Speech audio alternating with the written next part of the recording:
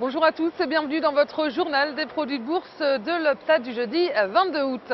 Et Paris termine sur une nouvelle séance de baisse à moins 0,34%. L'indice parisien conserve tout de même les 4000 points de justesse à 4015 points. Les investisseurs attendaient depuis le début de la semaine le bilan de la dernière réunion de la Fed. Ils se sont montrés particulièrement prudents hier avant ce compte-rendu de l'institution américaine. On le voit, la faiblesse des volumes d'échange, moins de 2 milliards d'euros échangés sur les grands comptes de la côte parisienne.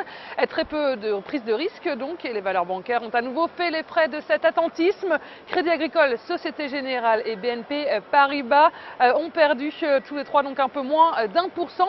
Et puis outre-Atlantique, à Wall Street, la séance se termine dans le rouge.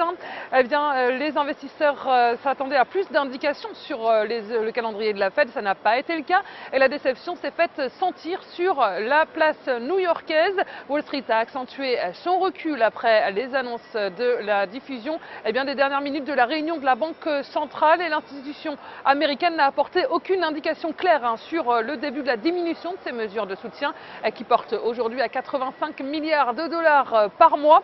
Et plusieurs membres de la Fed estiment qu'il serait bientôt temps de ralentir le rythme de ces rachats d'actifs. Et ce qui est sûr, c'est que les responsables sont toujours divisés sur le calendrier à adopter. Leur décision va continuer à dépendre des données économiques. Et la seule statistique du jour américaine concerne l'immobilier. Les reventes de logements sur le mois de juillet ont augmenté de 6,5% pour atteindre donc leur plus haut niveau en 3 ans.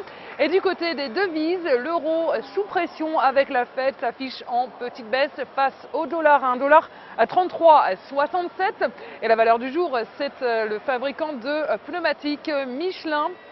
Graphiquement, le titre s'est affranchi de la résistance à 74 € formée en début d'année et consolide désormais au sein d'une figure de continuation de tendance dite en fanion. La validation de cette figure ouvrira la voie à une nouvelle accélération haussière avec 77,70 € et 82 € comme objectif. La stratégie qui vous est proposée pour jouer cette valeur, c'est l'achat du Warrant Call Michelin à 4500 cités d'Unicredit au prix d'exercice de 75 € et d'échéance au 6 décembre 2013. C'est tout pour aujourd'hui. Passez une très bonne journée et à demain.